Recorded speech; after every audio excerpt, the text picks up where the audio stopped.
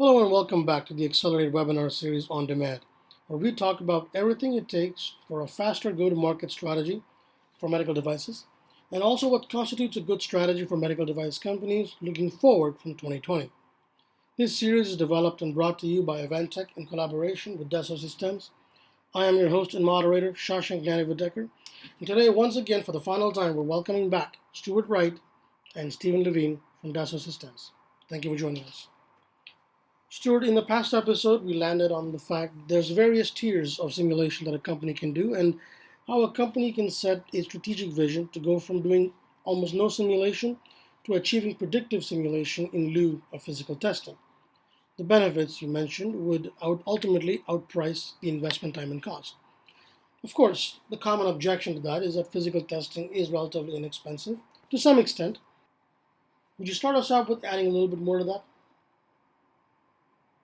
Yeah, I would add at that point, or the physical test takes too much time and it requires a prototype, or in the case of medical devices, it requires a live human being. And that's a big differentiator in life sciences. The very idea that to truly validate a product, there's this perception that it can only happen in a live human being, and that puts patients at risk. Absolutely, and I'm But glad you go ahead, Stuart. I was simply going to say, but simulation gives us an alternative to that. And again, this very idea of capability maturity, a predictive capability can probably eliminate the need to test in a human. Um, and let's change the word rather than tested in humans, because testing suggests risk, validated in a human. In other words, proving that it performs exactly as planned when it goes into the first person. I'm sure some marketing department in a medical device company is very happy to hear you rephrase that. But Well, you indeed. did, sorry, go ahead, Steve. No, I was just going to pick up on that point. I mean, I guess there's 2 points that I might add. Well, one is going through that process of physical testing, bench testing, creating a prototype. Uh, what happens in practice is you end up with the minimum viable product that meets the specifications, and then eventually gets, as Stuart pointed out, tested in humans. What simulation will allow you to do is get more rapidly to the optimum product and then ultimately validate it in a human. It's a completely different path. At over some time frame, medical device companies eventually get to that optimum product, but it's usually after many revisions of the product out in the field and massive amount of costs. And of course, we know more than half medical device trials are not successful. Uh, so you can easily draw the conclusion from that in-house physical testing, at least half the time, is not providing sufficient information. And so the inclusion of the patient via simulation really holds the promise to take that from 40 or 50% up to 80 or 90%.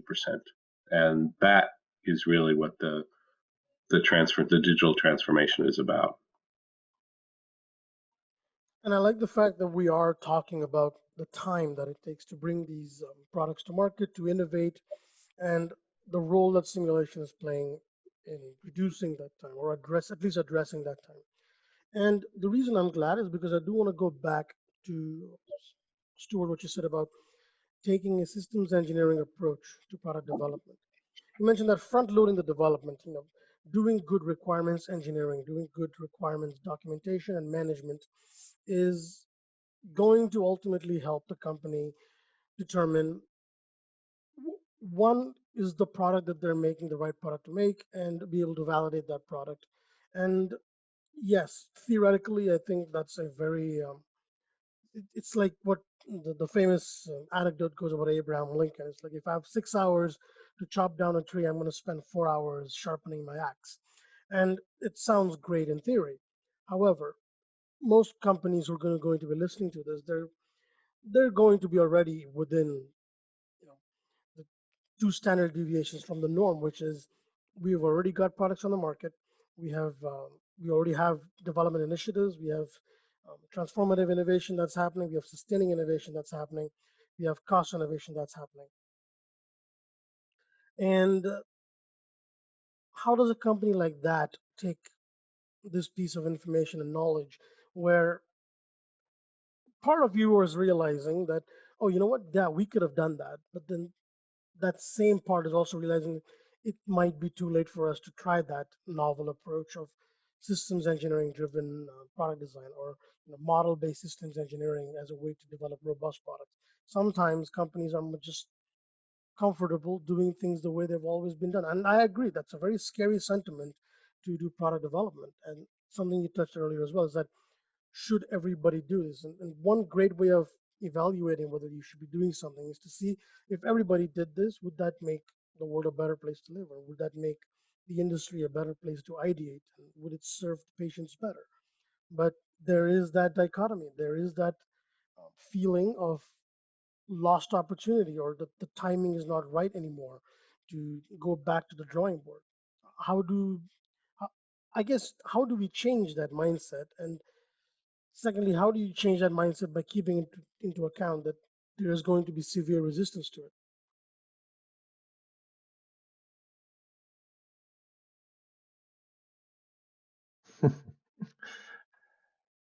I think incrementally. I think we have to take a leaf from J.P. Cotter's book, Change Management. So here we change subjects slightly again, or necessarily we have to talk about change management when we talk about changing behaviors. And we have to demonstrate via wins.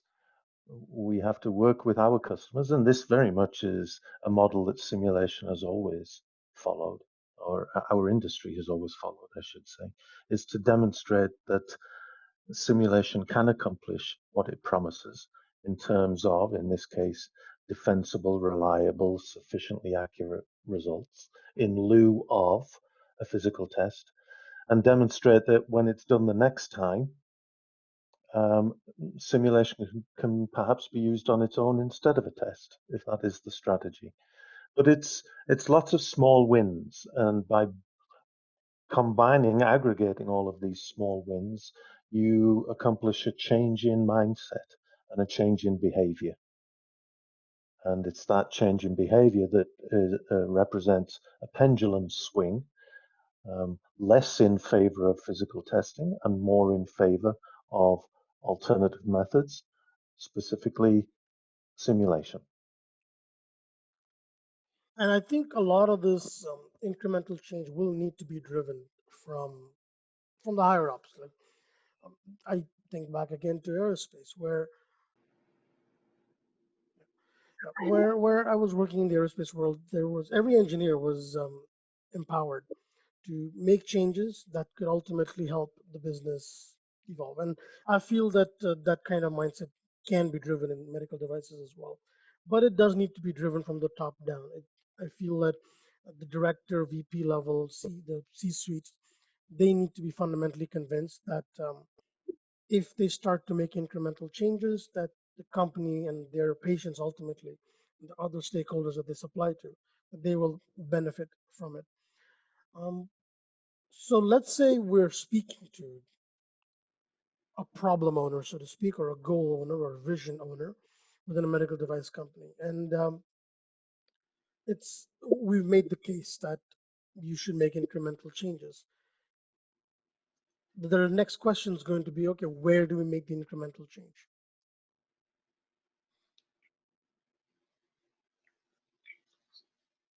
Well, so to me, uh, I think the most important way to begin the journey is not to start in the middle, but to start at the beginning. Meaning, take a product, whether it's an incremental improvement or a brand new device, and reinvent it digitally, and try to see how far you can go in the digital world uh, to take it through its paces. And what you find by doing it that way, two things happen. One, it forces people to work together because they come together around a digital object, whereas previously they would hand off things between departments so they can collaborate better and share understanding. And you learn typically what we've seen is that people start to realize that the different perspectives, the different domain expertise, even within an organization, is not sharing all their knowledge. And you also find out very acutely what you don't know. Because when you have to build something, you have to know how it works. Uh, that is built when you build it digitally.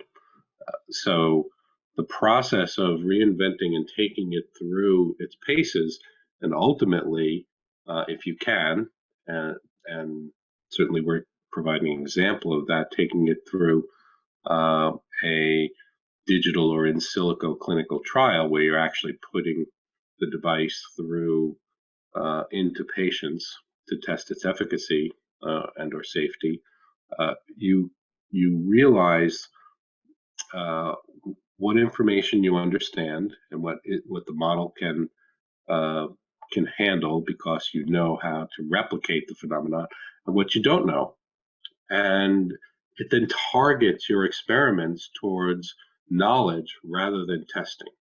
The knowledge you can accumulate and build an asset to your organization far more effectively than just simply testing and getting historical data that says, well, we've always done it this way and we know it works that way.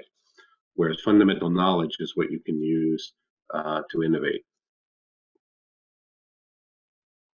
I think with knowledge or seeking knowledge, that there is a little bit of fear as well, wouldn't you say?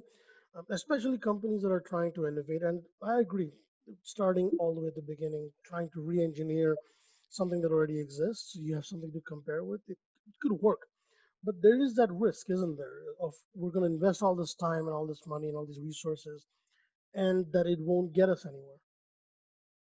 How do we get over that hurdle? Well, it's a great question.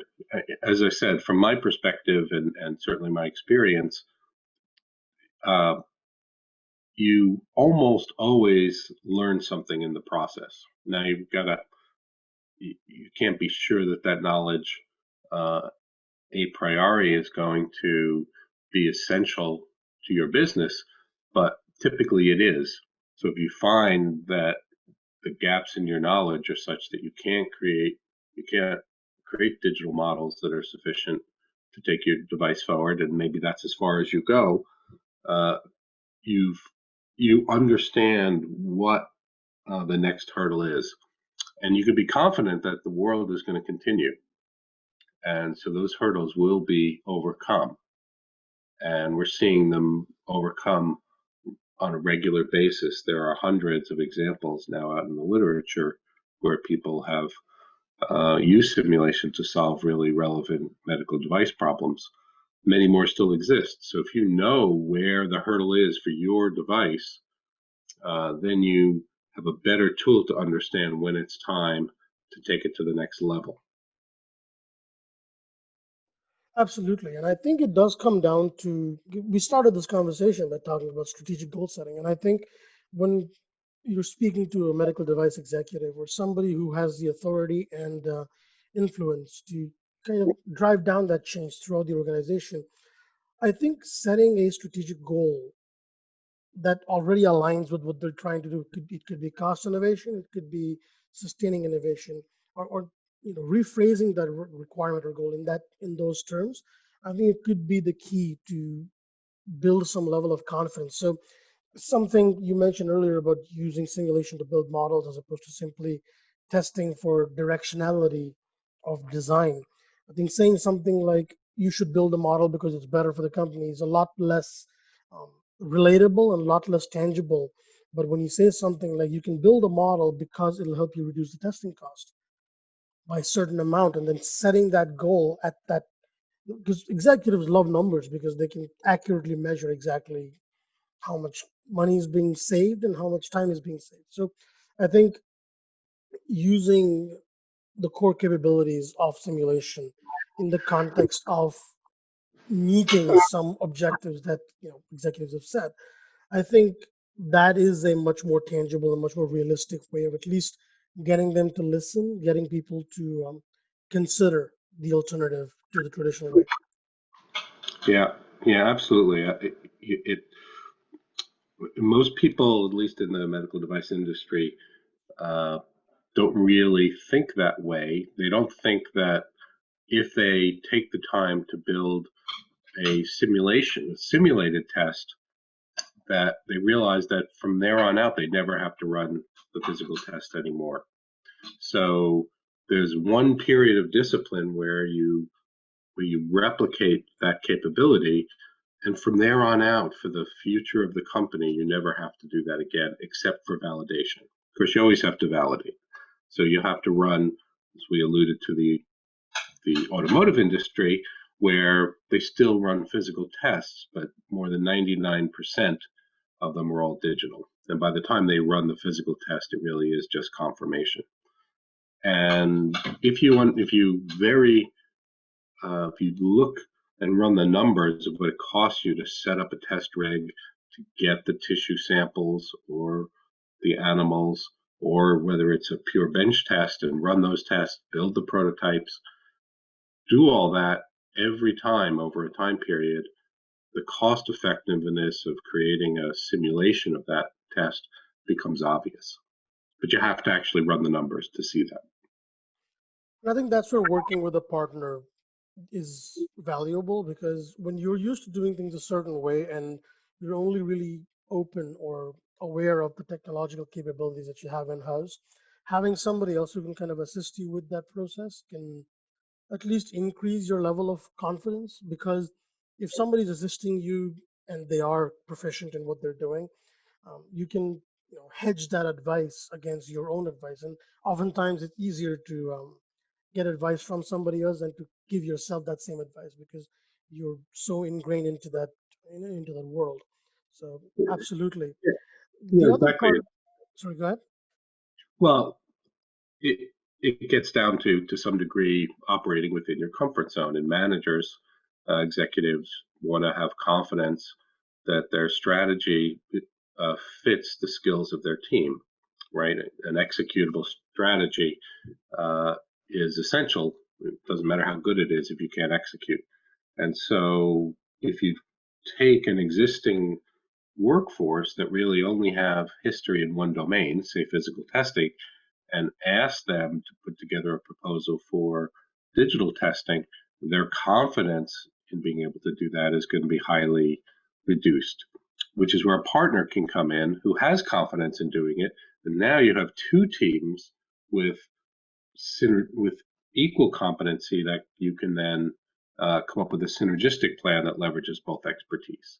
And I think that's really a powerful tool that we now have.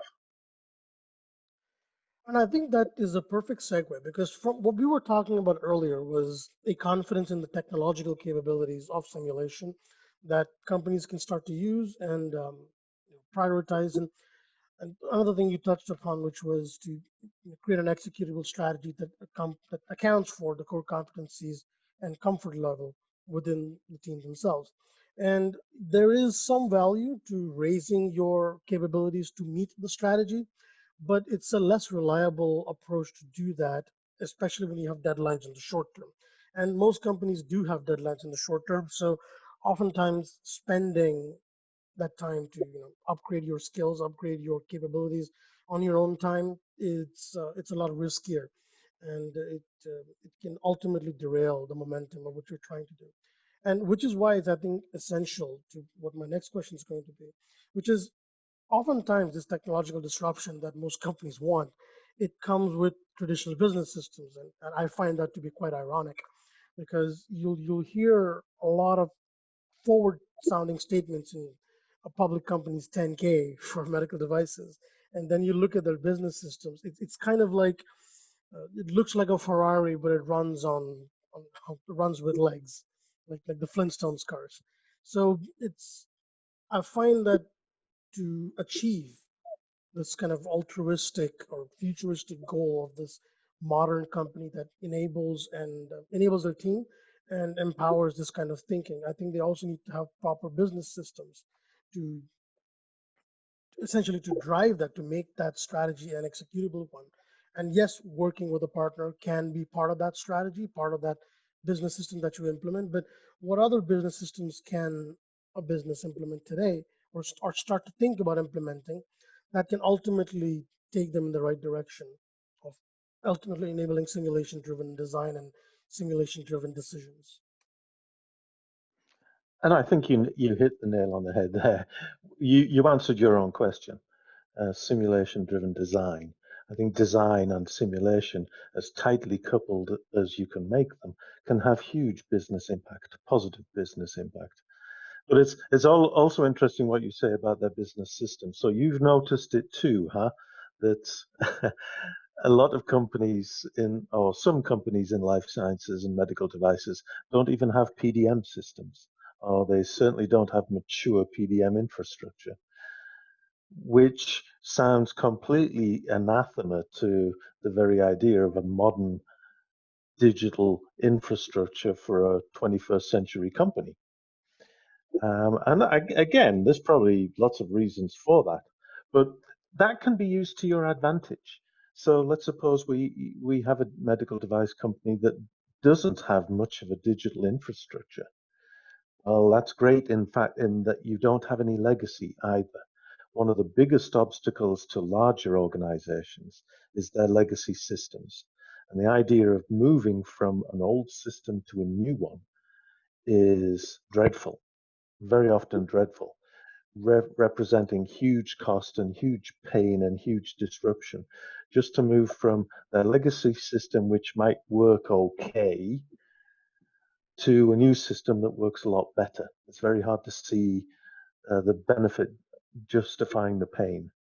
But an incoming company, someone who's relatively new to to medical device development, or someone who really doesn't have much in the way of digital systems, has a potentially great advantage should they choose to transform the way they operate. Then the whole idea of legacy obstacles doesn't exist. And in this decade, well, the past couple of decades, we've seen great advancements in the integration of digital systems for the entire engineering environment. Systems engineering, digital systems, you already used the phrase requirements engineering. So requirements engineering systems that are connected to design and engineering systems connected to validation systems, which of course includes simulation across the board, also connected to your physical systems, your physical validation systems, your physical testing records, and all that kind of stuff. So the opportunity is massive, and the cost is probably lower now than it's ever been.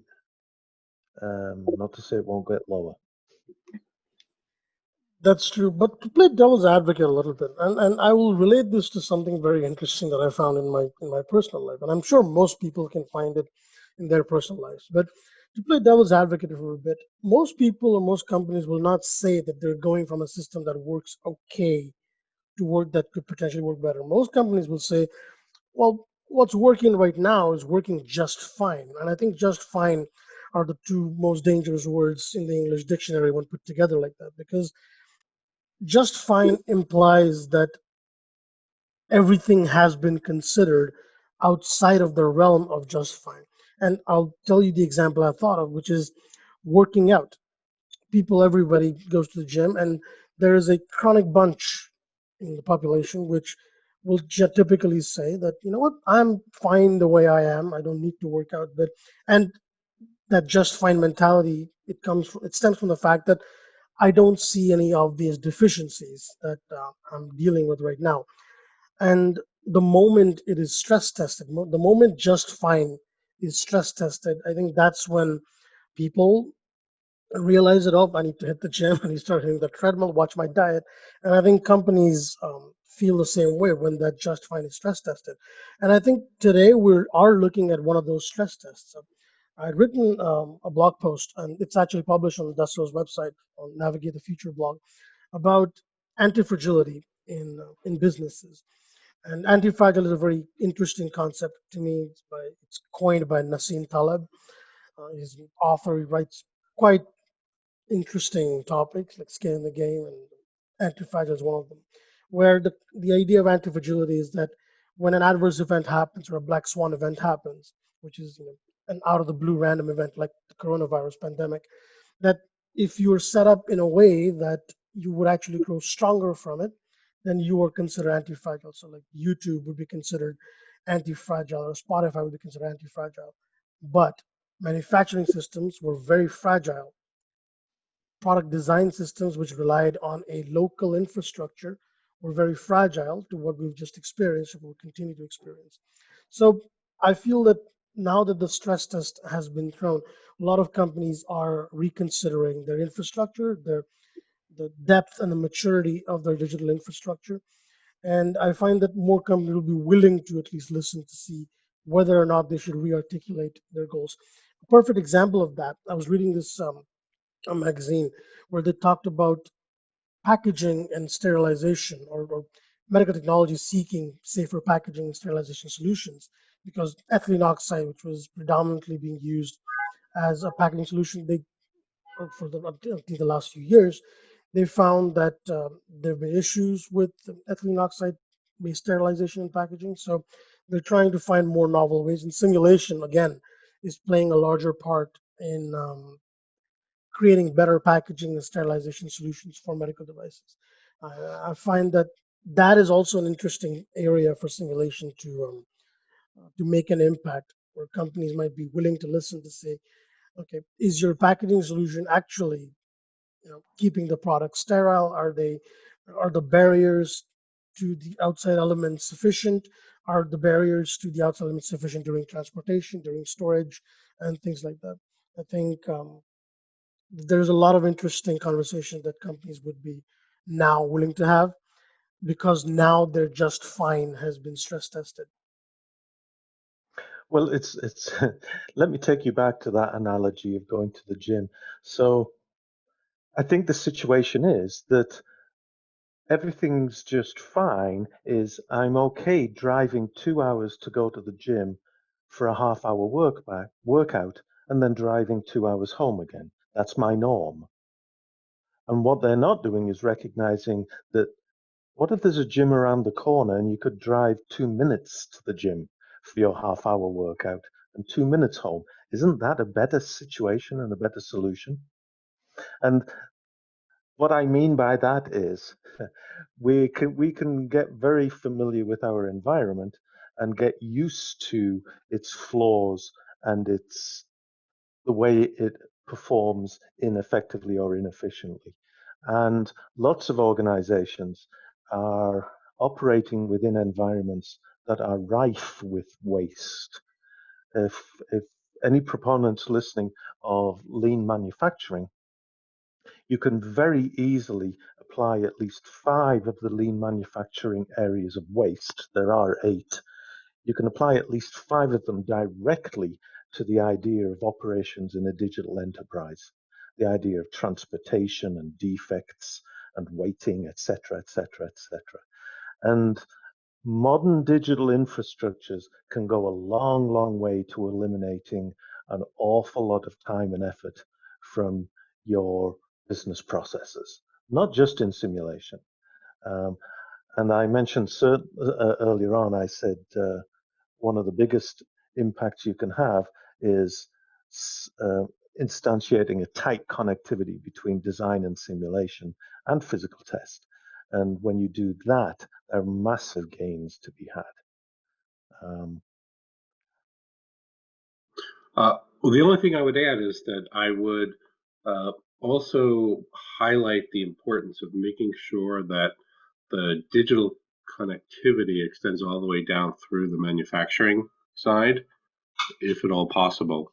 We know that more than half the recalls that happen in the last few years have been manufacturing related, because it's very difficult in many medical device systems, going back to the just fine context, is they're not as good as the best in class because they don't have the ability to tie back their manufacturing QA systems back to their design requirements to ensure what they've built is what they intended to build or what they certified. And closing that loop is essential to really having a cost-effective business and preventing what can often be catastrophic recalls in the market.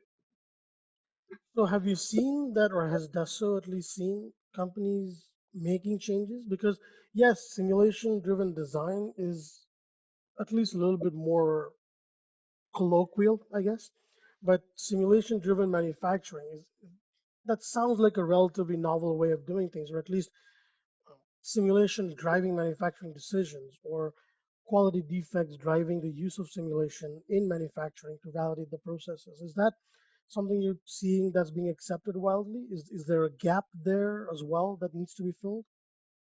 Well, there's certainly a gap in knowledge and understanding. As we said, the history of the medical device industry has been very different. It's not an industrialized framework. It's much more craftsman oriented. And so the nature of it has been that when you find a solution to a medical cure, you tweak it until it's safe enough and then you get it out there, right? And you start saving lives, improving lives. And so the evolution has been that they haven't invested as much in the horizontal framework. Uh, and that, of course, as the industry matures and expands, particularly with smart devices that can be dynamic and change over time, the ability to ensure that what you put out is what you intended is becoming absolutely critical. And we're seeing many discussions on that front. As I said, I allude to our our collaboration with the FDA because they often set the baseline or the ceiling, depending on how you look at it, for what it is that companies should be doing. And so we've been working with the FDA on something they call the Case for Quality, which is really their initiative to try to introduce best in class digital manufacturing, digital continuity. They've invited people like Toyota into the FDA to understand best in class capabilities so that, when a Toyota, their famous process, of course, is that they don't even have to do quality control because it's controlled in every step of the way. So by the end, they more or less know that it's going to be exactly what's necessary. How do you do that?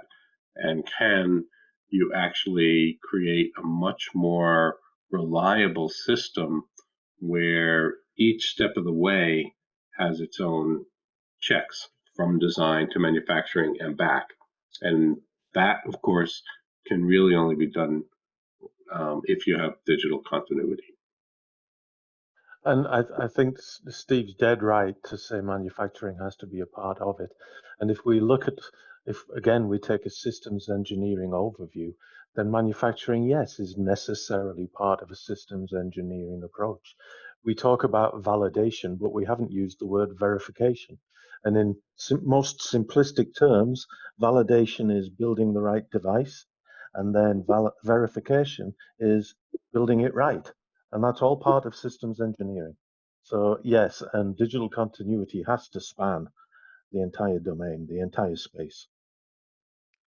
So in that case, Steve and Stuart, I guess as well, how receptive has the industry been to the Case for Quality initiative and the overarching systems engineering approach to have not, do quality at the end as an afterthought, but do quality throughout the way? How receptive has that been, or has there been any success with that yet? Well, I would say the industry as a whole is just becoming educated on these concepts because they've not historically operated as horizontal systems. they've been much more vertical, meaning the preclinical people are very different than those people who are monitoring the real world, right?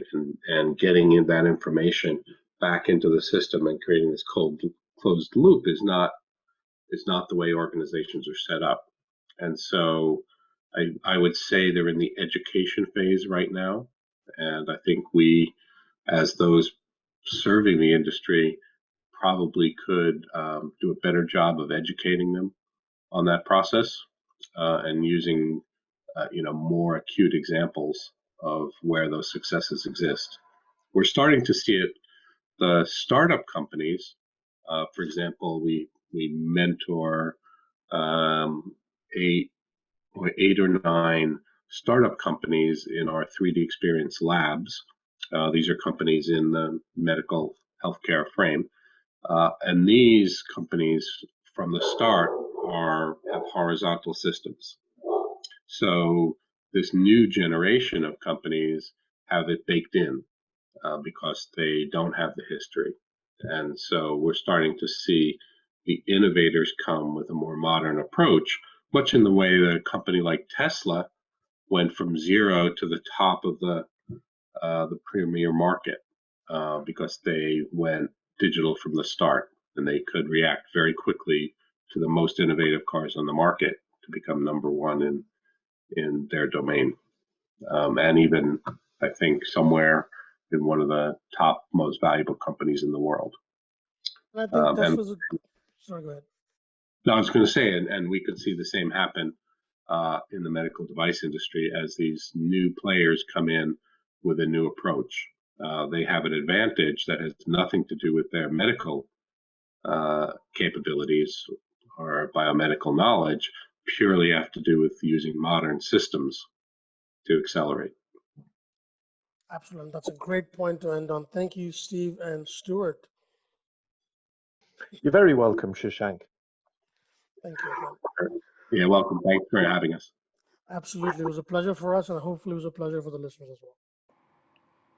And that concludes our Accelerate webinar series. We have hit quite a few ideas. Some ideas might be new for our listeners, and some you might even be already discussing in your companies today. In either case, working with a partner to help flesh out the best path to implement some of your visions in an effective and efficient way can be a valuable strategic choice. I would urge all listeners to reach out to us and share your questions and comments, and especially if you have to raise a counterpoint to some of the ideas discussed over the last 5 parts, we will be very happy to help clarify things. To learn more and contact us, you can find us at www.aventec.com/contact us or call us at 905-305-1711. In the past, we have said for you to let our knowledge empower innovation. And after the last few talks, I think we can confidently restructure it to say, let our knowledge accelerate innovation in your business. This is Shashank, your host and moderator. Thank you once again to our panelists, and thank you for listening.